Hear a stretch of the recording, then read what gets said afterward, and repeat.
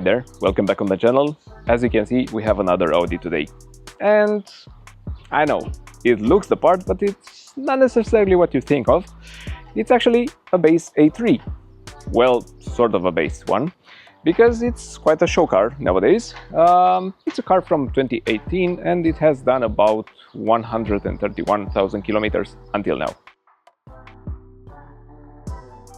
So let's actually talk about the configuration of the car. As I said, it's in base form an A3 sedan, obviously. The 35 TFSI configuration with the S-Tronic gearbox, which means that we have a 1.5 liter petrol engine with 4 cylinders and a turbocharger that develops about 150 horsepower. And the torque figure is around 250 Newton meter. The top speed is limited to 224 kilometers per hour, and the sprint from 0 to 100 happens in about 8.2 seconds. For a small petrol engine, even with a dual clutch gearbox, the power goes only to the front wheels of the car.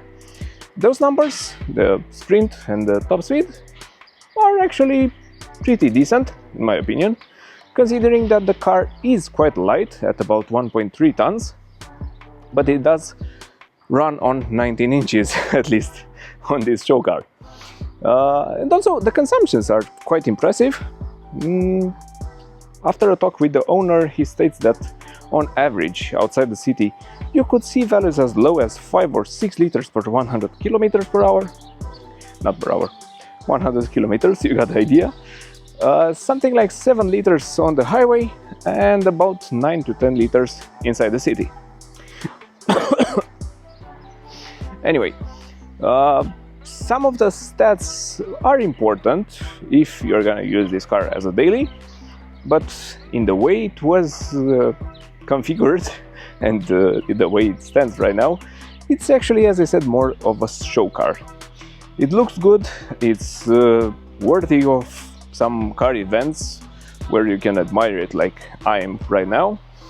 And actually, that's the most important part in the eyes of the owner.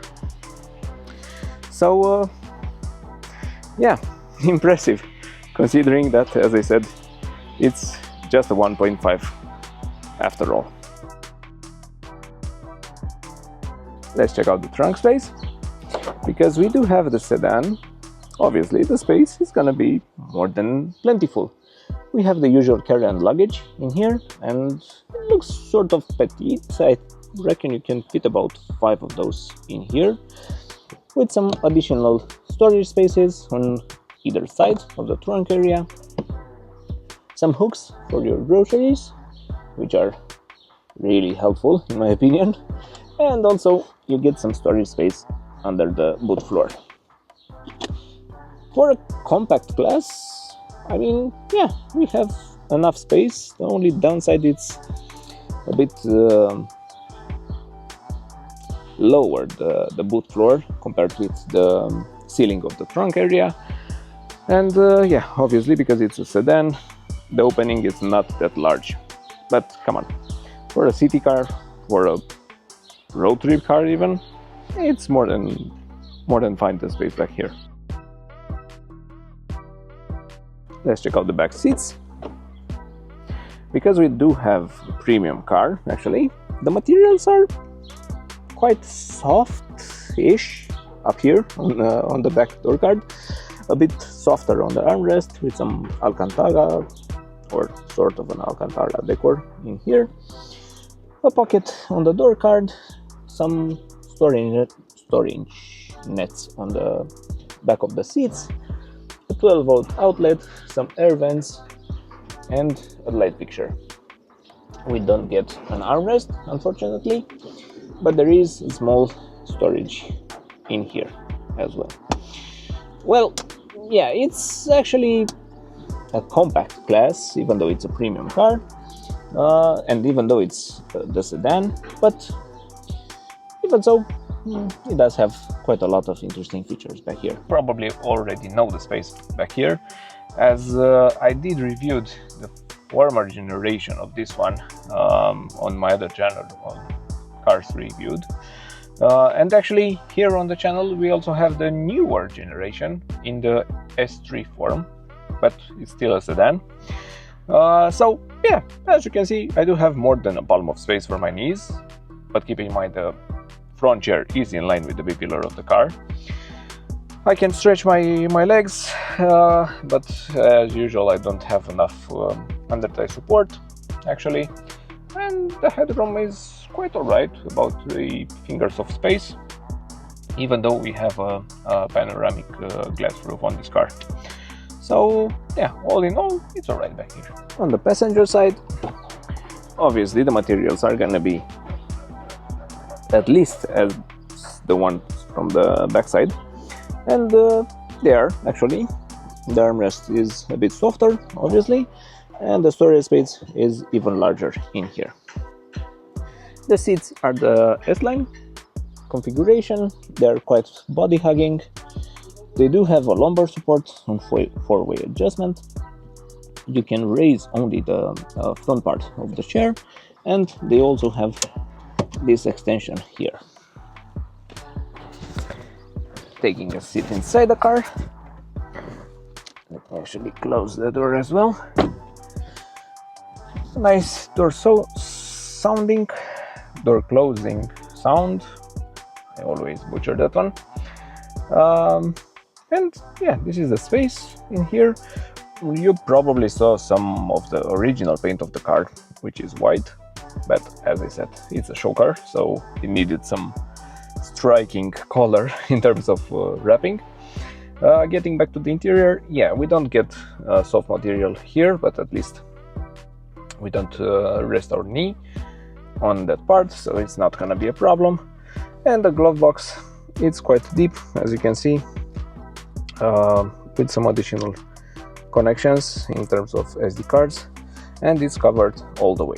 Going forward to the driver's side, obviously we do have some additional controls for the electric windows and the outside mirrors, plus the ability to open and to lock or unlock the doors from the inside. On the left side of the steering wheel we have the light control and the light intensity inside the cabin. The seat itself is almost identical with the one on the passenger side, because we do get a massage function.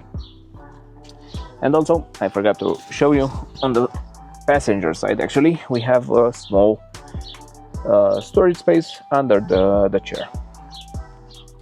Let me just start the car actually, as yeah, this is the driver POV, but of course the steering wheel, it's not necessarily the stock one of the vehicle. Is from a newer model, and even though they seem like they are not working, the controls from the steering wheel are real, and they do interact with the car, as you can see. And also we have physical buttons. You control the left side, the gauge cluster of the car, and on the right side the infotainment screen. We have adaptive cruise control on this lever, typical stocks for lights and wipers, and the all-important lane assist button here. The flappy paddle gearbox does come with some extras, once again mounted by the owner. And the actual gauge cluster in typical Audi fashion, it's quite nice. The contrasts and the colors are more than decent nowadays. That's the long-term consumption of the car, 8 liters on average, more than fine in my opinion. And also you do get the oil temperature in there, which again is something nice to see. You could also use the whole view for the map, or some additional views from the S3, at least on this model. Going further, we have the light fixture in here with the sunroof operation button. The mirror is dimmable and it's frameless. The infotainment screen can be hid inside the dashboard. And the overall look of the interior, I reckon it looks even more modern than today's A3. I don't know, maybe it's just my opinion. We do get physical buttons, which are absolutely a pleasure to use. The climate control as well is with physical buttons, another plus in my opinion. We have a small storage space in here with a USB port and a 12-volt outlet, a couple of cup holders that are adjustable, the S-Tronic gear selector, the old start-stop engine button with a volume rocker here, the MEME-I interaction happens here with the shortcuts and the touchpad on here. We also get a parking brake button and an auto hold function as well. And inside the armrest we do get a small storage space. Welcome to the driving part of the review. Today, as I said, with the show car that is A3 in this 35 TFSI configuration. And I've been driving the car for a moment. We are already outside the city. And yeah, I've got my first impressions laid out for you. It's obviously not a sports car in any way, but it's actually, surprisingly enough, a daily car for the owner. Even though you saw the configuration, he does enjoy it daily, which once again is something to be appreciated in my opinion. He hasn't done anything about the engine, so the performance is stock, at least in terms of acceleration and the sprints and whatever. But he did improve some of the other things that are more important in my opinion, and that is the tires and actually the brakes of the car. He mounted one of the best tires in my opinion, the Continental Conti Sport Contact 7, which for me at least it seemed like it changed the whole driving feel of the car when I had the A7 and I went from the Pirelli P0 to the Continentals. And also the brakes are way improved compared with the stock brakes of the car. We're gonna get on the highway for a moment and I'll do the typical sprint just towards 130 this time, because that's the legal top speed on this segment of road. Let's see.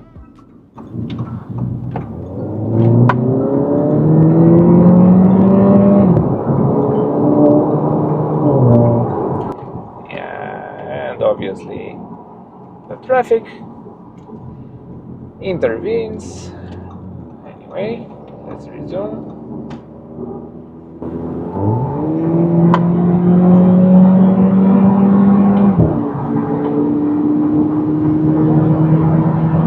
That was it.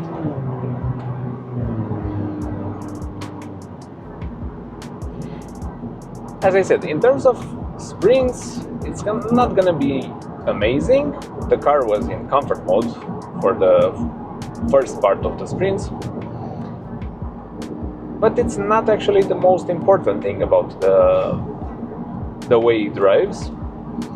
And after we'll come back on the same stretch of road, I'll switch the car to dynamic and I'll illustrate what the driving feels and the noises that the car makes when you're in gear. Yeah, more than that, the noise levels inside the cabin are on par with some similar premium sedans from the compact class. You do get a bit of wind noise from the outside mirrors and a bit of tire noise as well. But yeah, I do have to mention that we are running actually on 19 inches with 235 width, so it's something to be expected in terms of the noise that they make while running on the highway at the top speed, legal top speed. But other than that, it's more than fine.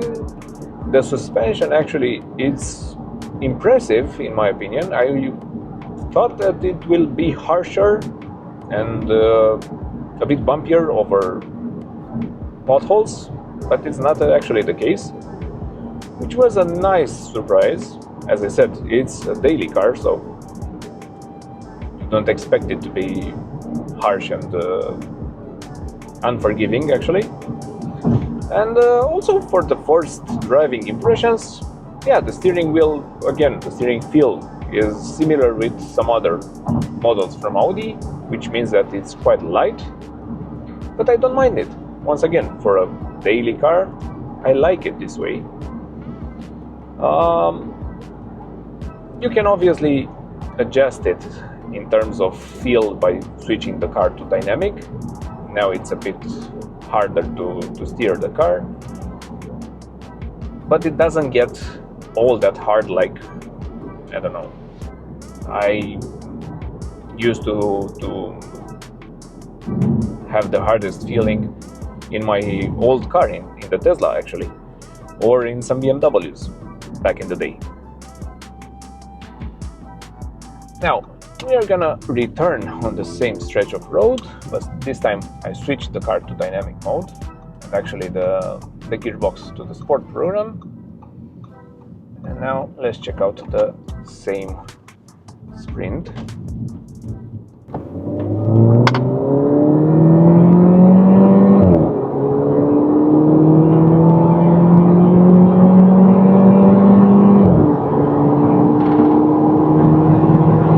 That's it. We do have DSG farts, which is always a pleasure to hear. And yeah, from passing by, it doesn't seem to be only the 1.5 liter. At least in terms of the noise that the exhaust system makes.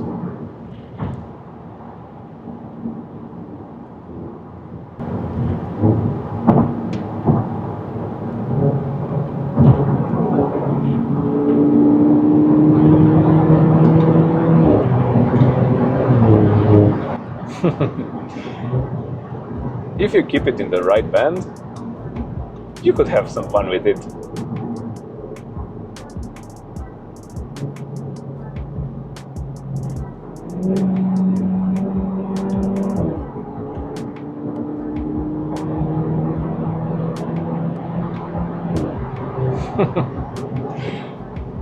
Yeah, it's more than enough. If you know the car well, you could actually just upset some of the older models with the 1.8 liter TFSI or even the 2 liter. Once again, if you know the car and if you know what you're doing with it. Well, yeah, this actually brings me to the part of the video where I tell you about the things that I enjoy. And I'll start with the seats, because they're in any model from Audi, almost any model. Even though it's a compact car, you do get quite a lot of adjustments. You can extend the base of the seat, and on this car at least, we also have a massage function on a compact car. Come on, it's amazing. And it's one of the things that I always appreciate from Audis. I can get behind the steering wheel in an ideal position. I don't get tired, so yeah, it fits me at least. Going back towards the actual car that I'm driving, yeah, you are not really able to get past the steering wheel, and the fact that all the controls are functional. The materials that the owner chose, once again, something impressive in my opinion. And yeah, the whole interior feel, the whole dashboard, it looks nicer than newer models actually, which nowadays probably it's a lot common, but even so, it's impressive. It's considering the price of the car from new and the price that the owner paid for the car. As I said, it's quite impressive. Switching to the things that I'm not necessarily a fan, well, I'm a bit biased once again because yeah, I do enjoy driving Audis,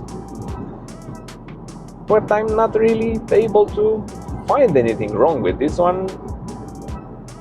All the controls are logically laid out. You still have physical buttons, which feel actually amazing. You don't get piano black inside the cabin. You have enough space. You can use it inside the city, outside the city.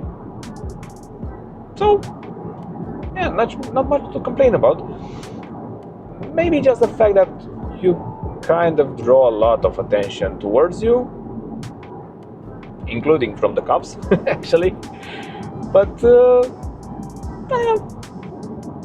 not necessarily a huge problem.